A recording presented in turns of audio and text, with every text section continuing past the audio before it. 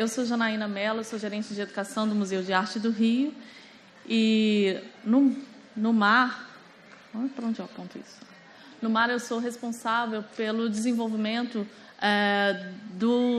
da Escola do Olhar, que é esse prédio que ontem recebeu a festa no 6º andar. E essa é a Escola do Olhar, que é o espaço do museu destinado à educação. O MAR, ele nasce com um desafio que não é exclusivo desse museu, mas que foi determinante para as escolhas e para o desenvolvimento da nossa prática, que é ser um espaço destinado à educação e um espaço relacionado prioritariamente com a formação do professor da cidade do Rio de Janeiro. E eu não sou nativa, como o Luiz Marcelo, eu sou de Belo Horizonte, Minas Gerais, e quando cheguei aqui tinha o desafio de desenvolver uma programação para a Escola do Olhar, dentro desse desafio de trabalhar com os professores, mas também percebendo quais seriam as potencialidades da relação de educação que a escola poderia desenvolver. E, para minha sorte, eu cheguei quase que meio ano antes da abertura do museu, que foi um tempo muito importante para poder desenvolver aquilo que, numa dada medida, foi fundamental para a nossa prática, que é um processo de relacionamento com as pessoas, de muitas conversas, para identificar o que nós poderíamos fazer juntos. Hoje, e aí eu tenho que dizer isso, hoje a Escola do Olhar se constitui em torno de 6 programas estruturantes, que são esses aqui. Um grande programa de visitas educativas, que envolve uma agenda não só de visitas de público escolar, mas também atividades e programas públicos para a família, residências de artista, etc. Um programa de formação com professores, que vai desde uma experiência com as exposições, mas também discussões teóricas, práticas, oficinas. Um programa de arte e cultura visual que discute a relação entre de história da arte e história do Rio, discussões da prática do artista e também da formação do profissional atuante no museu, em curadoria, em educação. Um programa de relacionamento com as universidades, que envolve uma série de cursos e seminários e publicações, e que tem sido uma interface muito importante que nós estabelecemos ao longo desses 4 anos. E uma biblioteca e centro de documentação e referência, que não só é um espaço, uma biblioteca especializada em arte e cultura visual, mas que também tem uma agenda, tem sob a sua responsabilidade guardar o arquivo, que é parte integrante da coleção do museu. Mas o que eu vou compartilhar com vocês hoje aqui é este programa, que é o programa Vizinhos do Mar, que é um programa que nasce antes mesmo do museu inaugurar. Ele começa em 2012 com esses encontros, ou mais especificamente, com uma relação e com uma deriva que começa a fazer no território. E essa relação, ela não é uma relação de partida amigável. Ela não é uma relação que estava dada já para um processo de diálogo favorável. Ela foi uma relação construída ao longo do tempo. Então, tinha uma série de questões sensíveis que eu queria compartilhar com vocês, que era o fato de nós estarmos entrando numa região que passava por um grande processo de transformação urbana, e era importante não aderir a uma discussão sobre a ideia de revitalização, mas trazer para a pauta e para a discussão essas questões do que era esse processo de transformação, como ele impactava e como é que nós poderíamos atuar junto com essa comunidade a partir desses impactos. Existiam muitas percepções em relação à maneira como o museu poderia se estabelecer ali, mas nós queríamos ser um espaço para abrir para o diálogo, não nos furtamos a esse debate, né? Existia também uma perspectiva nessa relação com o território de que poderíamos ser um museu do bairro, um espaço que ia apresentar os artistas ou as questões locais. E aí nós trouxemos uma pergunta que não foi minha, nem da equipe curatorial do museu, mas de um senhor chamado Senhor Brasil, que era um senhor que frequentava um bar ali do outro lado da Praça Mauá, que durante um dos primeiros debates falou: olha, eu estou aqui, eu quero saber o que podemos fazer juntos. E essa foi uma pergunta que norteou não só as relações do programa, mas também toda a nossa prática e desenvolvimento de metodologias a partir de então. E nessa relação, nessa pergunta, nós começamos a construir as ações do projeto. O programa Vizinhos do Mar, ele se relaciona com o território, né, com esse grande território, que está mapeado pelo projeto Porto Maravilha, mas também se estende para a região do Caju. Essa extensão, ela não se deu no primeiro momento, Nós precisávamos conhecer e nos relacionar com esse território, perceber quais seriam as possibilidades de diálogo e relacionamento continuado. E, ao longo do tempo, na interface com os diferentes atores que conosco começaram a dialogar, nós avançamos para também atuar com a região do Caju, que é o que nós estamos fazendo hoje, né? Então, o programa hoje ele abarca toda essa região. É uma região em que moram, o último levantamento que eu me lembro, eram cerca de 30 e poucas mil pessoas, e dessas 30 e poucas mil pessoas, cerca de 5 mil estão cadastradas dentro do programa Vizinhos do Mar. Hoje, também, o programa se constitui dentro dessas linhas prioritárias. Ele nasceu com esse início de conversa, mas, fundamentalmente, com uma escolha que nós fizemos, e aí as queridas Lúcia e Deca estão aqui e se lembram bem disso, né? Uma escolha que nós fizemos na inauguração do museu, de fazer uma inauguração exclusiva, ou também direcionada para quem morava nessa região. E nesse dia nós tivemos a ideia de fazer então um cadastro daquilo que virou o programa Vizinhos do Mar, que era convidar então esse morador que vinha para a inauguração do museu para ter o seu cartão de acesso gratuito e, numa dada medida, uma chave simbólica desse lugar. E esse cadastro gerou uma política de relacionamento continuado, mas isso não era suficiente, ou não era o ponto que nós gostaríamos de discutir. E aí, o que nós percebemos? Para que as pessoas estivessem efetivamente relacionadas com o museu, era necessário ter um engajamento e um processo de relacionamento continuado que começou com aquilo que nós sabíamos fazer, ou com aquilo que eu consegui fazer muito nessas derivas e nessas investigações lá em 2012, que era tomar café com as pessoas. Então, se todo lugar que eu chegava era convidada para tomar café, o que nós fizemos foi convidar os moradores para tomar café no museu. E, a partir do café da manhã com os vizinhos, todas as outras ações foram ocorrendo, né? O ofício de saberes, a conversa de galeria, as relações institucionais, a formação continuada da nossa própria equipe, porque a relação com o vizinho ela é um processo de formação e de entendimento, não só de como que nós podemos operar no território, mas também como nós construímos e conformamos a nossa prática cotidiana dentro do museu, e os desdobramentos daquilo que a gente chama de dobra e desdobra, porque esse é um cenário de 2016 e não significa que esse cenário não vai se alargar dentro das inúmeras possibilidades, né? Rapidamente, passando, em 2013, o programa ele foi marcado prioritariamente por essas ações pontuais, de uma escuta muito atenta ao que poderíamos fazer juntos e o mapeamento das possibilidades e da identificação das relações com esse território, né? Foi também neste ano que nós fizemos o primeiro café da manhã com vizinhos, e foi neste ano que nós engajamos os vizinhos dentro de uma agenda de comemoração das ações do museu, que ocorreu já numa interface com a programação cultural, que é uma agenda desenvolvida pela nossa gerência de produção e comunicação do museu, que, ao desenvolver um programa de música para o museu, incorpora dentro da programação artistas também locais, né? O caso do Nadai, com seu grupo aqui dos Velhos Malandros do Samba. E nesse segundo ano, então, nós tivemos a continuidade, né, das ações, a sistematização daquilo que nós tínhamos feito até agora e essa ampliação para esses territórios.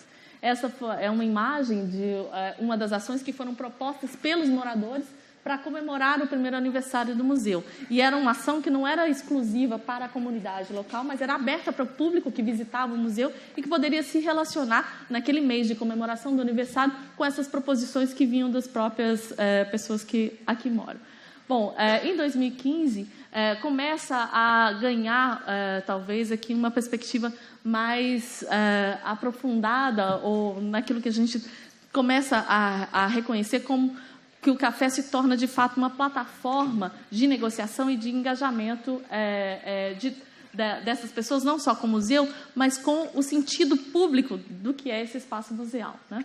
E aí, isso começa a aparecer, por exemplo, nas conversas de galeria. E aí eu vou falar rapidamente do que é essa conversa de galeria, que é...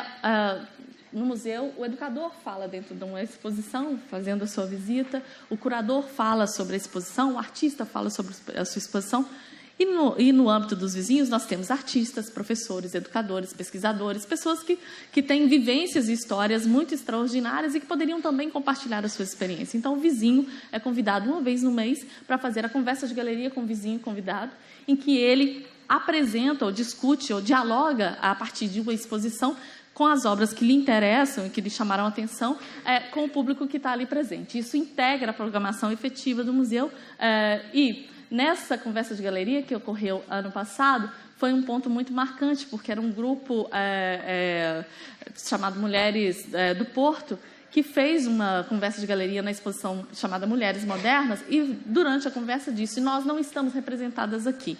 E propôs, então, uma série de intervenções dentro da própria exposição, com as fotografias das próprias mulheres que moram aqui na região e que não estavam ali presentes como mulheres modernas, né? E essa intervenção, ela permaneceu na exposição, depois da conversa, como parte integrante da mostra, né? Aqui está o grupo e a exposição Tarsino Mulheres Modernas. Dentro desse relacionamento com a comunidade, uma outra ação interessante foi uma feira de troca organizada também pelos vizinhos no final do ano passado, que ocorreu no Pilotis, e que engajou troca de música, troca de poesia, troca de saberes, trocas de afetos, trocas de desejos, e também a apresentação dos elementos locais. Bom, eu vou andar mais um pouquinho aqui e estender mais um pouquinho do nosso tempo para contar algumas histórias. E eu trouxe hoje duas histórias. Uma é da tia Lúcia. Tia Lúcia é uma moradora absolutamente engajada com o museu. E ano passado, nas comemorações da Semana da Criança, tia Lúcia chega para mim, no dia 11, e fala: Janaína, amanhã o fotógrafo do museu está aqui? Eu falei: sim, tia Lúcia, por quê? Porque eu quero ser fotografada, eu vou vir vestida de surpresa. Eu falei: ok, tudo bem. O que é? Surpresa. Pois então, falo com a Hanna, nossa gerente de comunicação, falo: olha, o Thales vai estar aqui amanhã, que é o fotógrafo? Vai. Por quê? Porque ele tem que fotografar a tia Lúcia. O que vai acontecer? Não sei. Ela falou que vai vir vestida de surpresa. Tia Lúcia me aparece no dia 12, vestida de Nossa Senhora Aparecida, e performa durante mais de 2 horas dentro do Espaço Positivo, na exposição Rio Setecentista, do lado dessas duas obras do século XVIII, numa interface com os visitantes.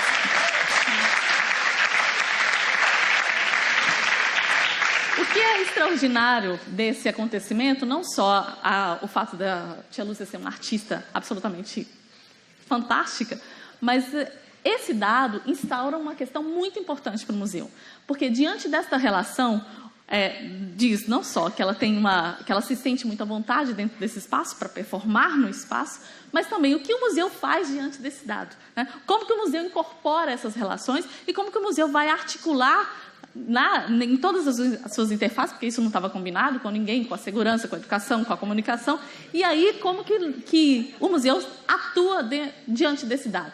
É necessário acessar a comunidade, mas é necessário, fundamentalmente, permitir que a comunidade acesse o museu, porque é nessa relação que a bola fica no ar, né? E aí, talvez 2016 esteja sinalizando para a gente esse lugar da auto-organização e dessa auto-aprendizagem que acaba conformando a prática do programa. E, numa dada medida, assim, o Ofícios e Saberes da Região, que é um curso que a Escola do Olhar oferece, de um morador local que ministra uma oficina, assim como qualquer outro professor convidado, começa a operar com os conteúdos e com a exposição dentro da sua prática. O Hugo, que é morador do Morro da Providência, dando uma oficina de passinho, vai trabalhar essa oficina a partir dos conteúdos de uma exposição. E cada vez mais a comunidade se sente muito à vontade nessa interface com o museu, né? E aí, essa é uma imagem, desculpem a qualidade, mas é porque foi feita com o meu celular, é uma imagem da última conversa de galeria que aconteceu agora, nesse domingo, com a Foché Filho de Gandhi, que é também aqui da região. E eles foram convidados para ver a exposição, né, para falar da exposição, com o público, que é a Cor do Brasil. E entre uma obra e outra, o grupo todo ia tocando o tambor e transformando o museu num espaço fantástico de ocupação, de música, de dança, também uma nova intervenção dentro desse espaço. E aí eu juro que eu vou caminhando para o encerramento. Aqui o nosso programa de formação, e é muito interessante entender que isso não se dá só dentro do espaço público, né, da galeria, do ambiente da galeria, mas também como é que isso volta para as outras ações, né? O ofício de saberes é parte integrante dos cursos da escola, mas na formação com professores é possível também integrar o vizinho. Pois então, essa é uma foto da nossa formação de professores deste mês, que está sendo conduzida pelo Antônio e pelos educadores, né? No caso aqui, o Antônio com a Maria Clara. O Antônio, ele é ativista, morador do Morro do Pinto e fundador do Instituto Pretos Novos, e é o Antônio e a Maria Clara que estão ministrando a programação para professores que saem do museu para fazer o circuito da herança africana aqui da região portuária, que alguns de vocês, inclusive, visitaram, né? E aí eu encerro com essa história. Eu disse que eram 2 histórias. Contei uma, vou contar a outra. Pode ser, Luiz? Você deixa? Posso, gente? Ó. Pode? Pode? Então tá. E essa história é uma história muito importante e talvez que sinalize para todos nós do museu ainda mais possibilidades de relação, né? Ainda mais possibilidades de estar juntos, de perceber o que pode se construir nessa comunidade. Esse é o convite para a abertura da exposição do Alexandre Cerqueira, que é um artista paraense, que vai inaugurar agora, dia 29, estão todos convidados, na próxima terça-feira. O museu inaugura sempre as suas exposições na terça, que é o dia gratuito do museu, e nós não fazemos coquetel. A gente abre com uma conversa de galeria, que é uma agenda pública, e participa quem estiver ali. Pois bem, Alexandre está mostrando na exposição, ele está apresentando uma série de trabalhos desenvolvidos ao longo da sua trajetória. Ele é um fotógrafo, artista educador e tem muito no seu processo de trabalho uma ação relacional. E ele veio, e quando a gente começou a pensar a exposição, para todos nós não fazia sentido ter Alexandre aqui sem uma relação com o lugar. E também não fazia sentido pensar essa relação com o lugar, né, com esse território, que não passasse pelos vizinhos. Ó, acabou? Desligou aqui. Tá vendo? Foi Luiz, né? Esse é o Alexandre e essa é a Aline Mendes. Por que eu estou mostrando essa foto para vocês? Isso é uma foto da montagem, eu fiz ontem, antes de terminar o meu PPT. O Alexandre, a Aline, ela fez uma conversa de galeria ano passado, numa exposição individual que nós fizemos do artista Rossini Pérez, que é um artista que mora aqui na região e que tem um grande acervo da história do lugar. E ela, durante a conversa de galeria, ela como vizinha convidada na conversa, começa a olhar para essas fotografias e a lembrar dessa relação, de como que a fotografia me fazia lembrar da história e da memória da própria infância. E nessa conversa, ela se lembra que, durante muito tempo, teve um fotógrafo que, na Providência, fotografava de tudo, de batizado, casamento, festa de aniversário, encontros dos mais diversos, carteira de identidade, fotos de identidade, enfim.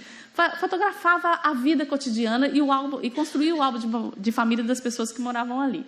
E ela se lembra do Tião durante a conversa de galeria. E aí ela sai da conversa muito instigada para procurar o Tião. E vai procurar o Tião no Morro da Providência. Pergunta um, pergunta outro, onde mora o Tião? Onde mora o Tião? Ninguém sabia onde morava. Finalmente ela descobre onde ele mora, mas descobre também que ele tinha sofrido um acidente, caído na escada e estava com um traumatismo craniano nas últimas no hospital. E ele morre. E a Aline fica muito comovida com esse encontro e com essa situação e se aproxima da irmã do Tião, oferecendo ajuda no que ela precisasse. E uma ajuda que ela precisava era liberar o quartinho do Tião, alugado numa casa no alto do morro, porque a senhora precisava alugar o quarto novamente. E a Aline vai para esse quarto, junto com a dona Isabel, e se depara lá com um acervo fotográfico de quase 40 anos da Providência, dentro de caixas, sacolas, guardados, uma coisa absolutamente extraordinária. Ela vem para o café da manhã com vizinhos e me conta essa história. E ela não estava sozinha, ela estava carregada de mais 4 caixas contendo todo esse acervo e dizendo, o que nós vamos fazer com isso? Pois bem, quando Alexandre chega no museu, e pensando nessa relação, como que poderíamos construir um projeto com o lugar, o que nos veio à mente foi apresentar, bom, aqui são imagens, eu vou passar rápido, essa é a Providência, que é onde a Aline mora, essa é a Aline numa conversa, e esse é o Tião. nós apresentamos esse acervo para o Alexandre. E o Alexandre, pelo trabalho que ele desenvolve dentro desse processo de pesquisa, de arquivo e de relação, ele rapidamente começa a organizar esse arquivo, a olhar para esse arquivo e a se identificar com esse fotógrafo Tião. E aí ele sobe o morro com a Aline para conversar com as pessoas que conheceram o Tião e que foram fotografados por ele. Ele fotografou entre a década de 60 e a década de 80. Durante a década de 80, com o advento da fotografia digital e de outros elementos, ele perde um pouco esse lugar do fotógrafo do morro e deixa de fotografar. Então, as pessoas mais antigas do morro se lembram do Tião, os mais jovens não. E aí, o Alexandre, então, começa a perceber alguns encontros. Aqui a Dona Ondina, com o neto no colo, e ali a mesma Dona Ondina, com o neto do seu lado, carregando a bisneta. Aqui uma foto do Tião, ali uma foto do Alexandre. Pois bem, dentro desse encontro, então, o Alexandre e a Aline assinam um trabalho que vai para a exposição, que se chama Constelação do Tião. Esse é o último café da manhã de outubro, em que a Aline apresentava para os moradores o projeto, a pesquisa, essa relação, e essas pessoas que estão aqui, a Dona Isabel e a família do Tião, que estavam no café também, convidando todos os moradores para participarem da inauguração e do último café da manhã, que vai ser na exposição, com a constelação do Tião no dia 3. Não satisfeita só de envolver quem ia para o café da manhã, ela resolve realizar no Alto da Providência um café da manhã e convidar, e aí a gente convida a terceira idade, isso foi no último sábado, fizemos um café da manhã lá no Alto da Providência e convidamos então a terceira idade, que são essas pessoas que se lembram e que rememoram do Tião, para estar conosco presente na exposição. Pois bem, e agora eu juro que eu acabo. E acabo com essa contribuição, que não é minha, mas é do senhor Valdemir, que está conosco sempre no café da manhã com o vizinho. Eu preciso contar uma anedota do senhor Valdemir. A primeira vez que ele veio, ele disse que ele era... Todo mundo se apresenta, eu sou fulano de tal, estou aqui representando o Instituto Pretos Novos, eu sou fulano de tal, estou aqui representando... Chegou a vez do senhor Valdemir e disse, eu sou o Valdemir, estou aqui representando a Igreja Católica. Né? Mas o senhor Valdemir é uma pessoa muito sábia. Hoje ele não se apresenta representando a Igreja Católica, ele se apresenta como vizinho do mar. Todas as reuniões ele fala, eu sou o Valdemir, vizinho do mar. E ele traz esse pensamento, que eu queria encerrar essa nossa conversa, que é isso, dizendo que o museu sou eu, tu, nós. E eu vejo o mar, além dessa simplificação, de ser um playground para nós. Ele tem certeza que o museu é um playground, isso é maravilhoso.